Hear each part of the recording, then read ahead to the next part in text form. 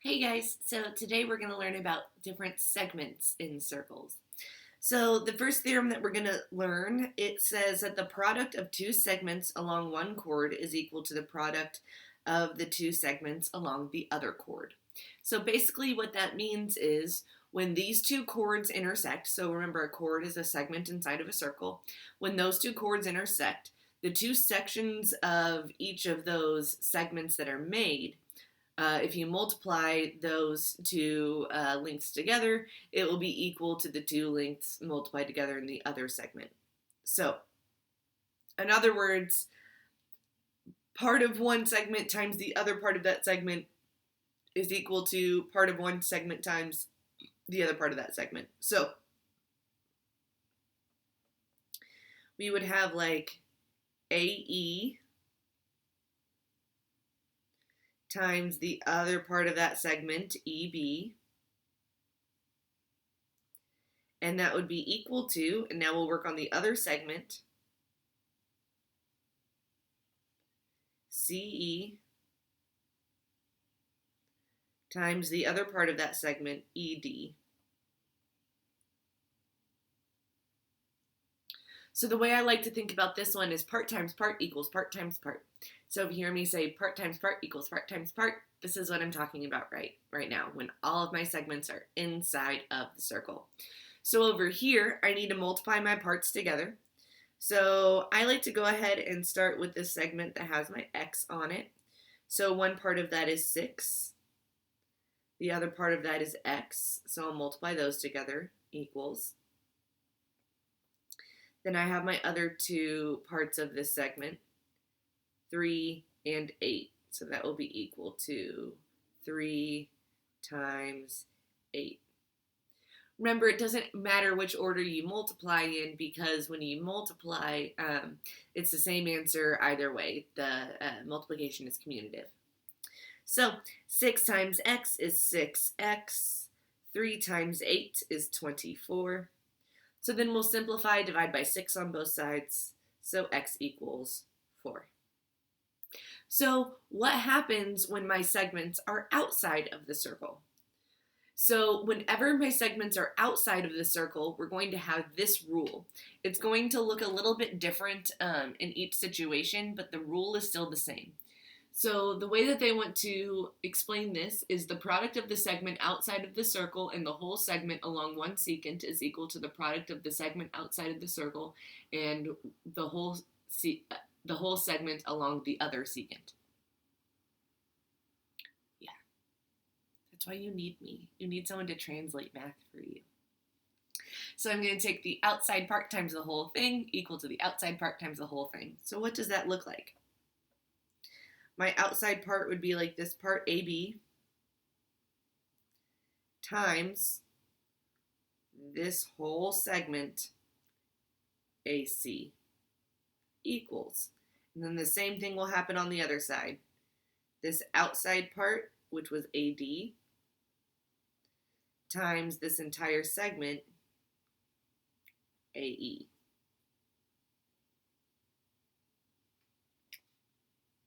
So what does that look like down here? So we'll start with 3, he's the outside part, times the whole thing right here is x, equals. The outside part here is 4,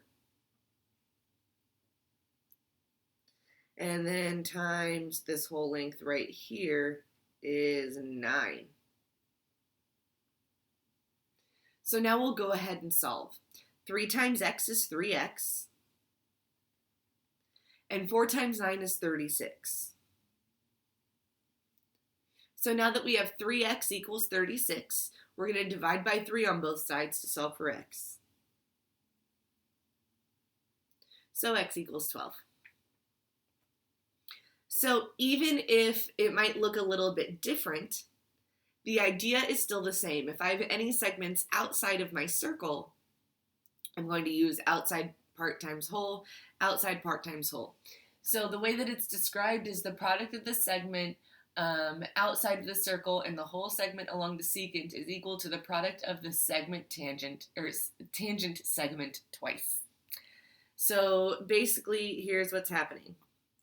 We want the outside part, which was AB, times the whole thing, which is AC, so that's just like before, equals. Now over here, my outside part is AD. The whole thing is also AD.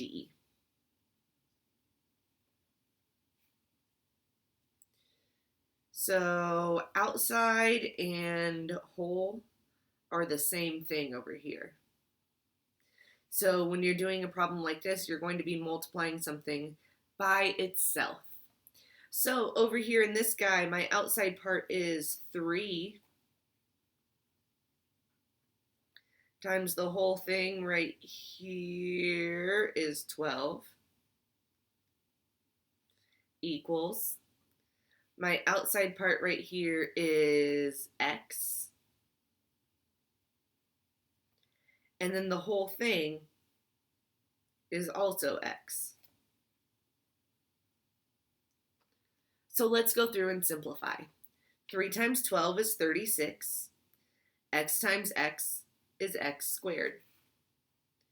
Remember, to get rid of a squared, we have to take the square root. So we'll take the square root of both sides. So x equals 6. Cool, so we're going to keep hitting these types of problems. We're going to take all of these problems, mix them all up, and throw them right here. So in this first one, all of my segments are inside of the circle. That means I need to take part times part and set that equal to part times part. So over here I've got 8 and x. I'll multiply those together. And then on the other one I have 7 and 10.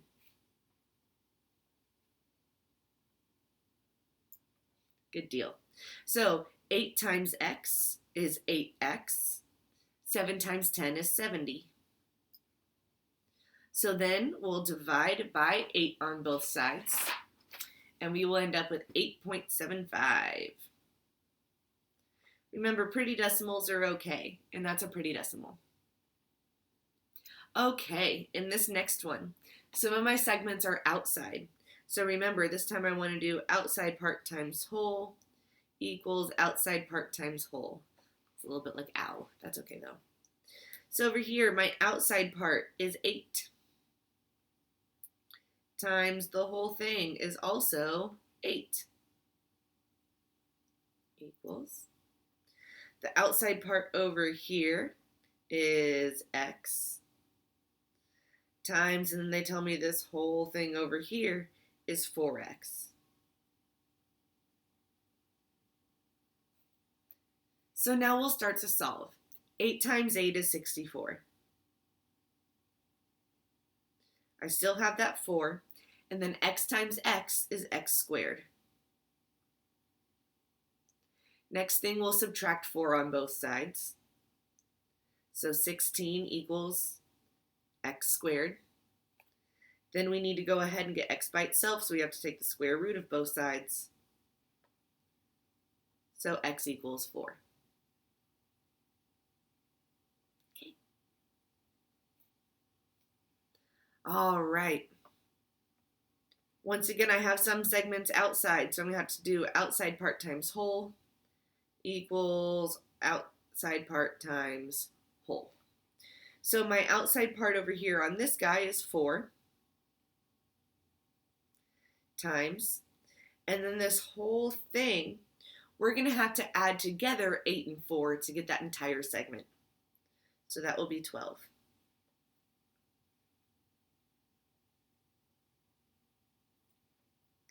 Outside part on this one is x. Okay. And then this whole thing right here, they labeled as 8.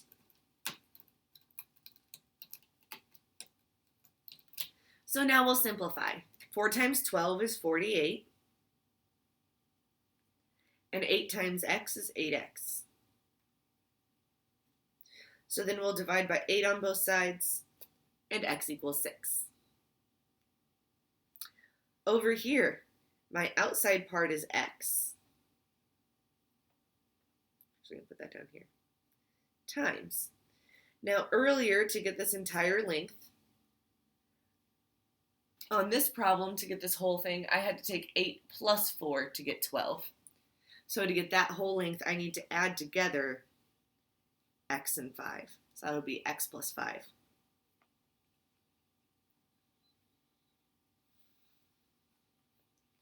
My outside part over on this guy is 6.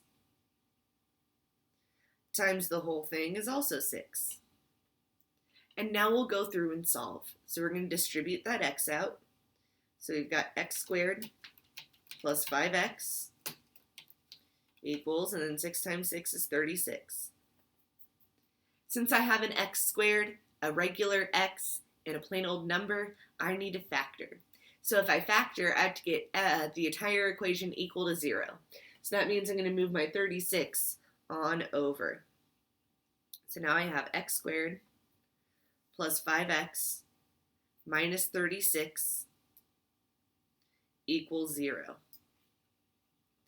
So remember, to split the middle term, we have to multiply our a times our c.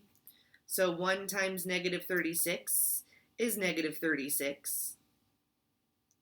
And our b value is 5. So what are two numbers that multiply to negative 36 and add to 5? That would be negative 4 and positive 9. So I'm going to change this into x squared minus 4x plus 9x minus 36 equals 0. So we split the middle term up into the two factors that we just found a moment ago. Now we look for our greatest common factor of the first two terms, which is x. And when we divide that x out from both of those terms, I'm left with x minus 4. I do the same thing with my next two terms. The biggest thing that goes both into 9x and negative 36 is 9, so I'll have plus 9 there. When I take each of those terms divided by 9, I end up with x minus 4. So then I take out what those two terms have in common, the x minus 4, times what I'm left over with, the x minus 9, equals 0. So then to solve for x, we'll set each of those equal to 0. So we have x minus 4 equals 0, and x plus 9 equals 0. The next thing we want to do is solve. So we'll add 4 over, so x equals 4. We'll subtract 9 over, so x equals negative 9. Now let's go and look back at this problem. Does it make sense to have a negative number as a length? Of course not. So this answer doesn't make sense in our situation. Our answer is just going to be x equals 4. Now, I'm crossing that out because it doesn't make sense in geometry, because in geometry, lengths and measures have to be positive. But when you start solving these for functions, some answers can be negative. So later on, when you're working with factoring in algebra, make sure that you don't just cross out something because it's negative. We only do that because of the situation that we're in. Just want to make that clear. Okay, so next time I see you, we will be talking about equations of circles. All right, bye guys.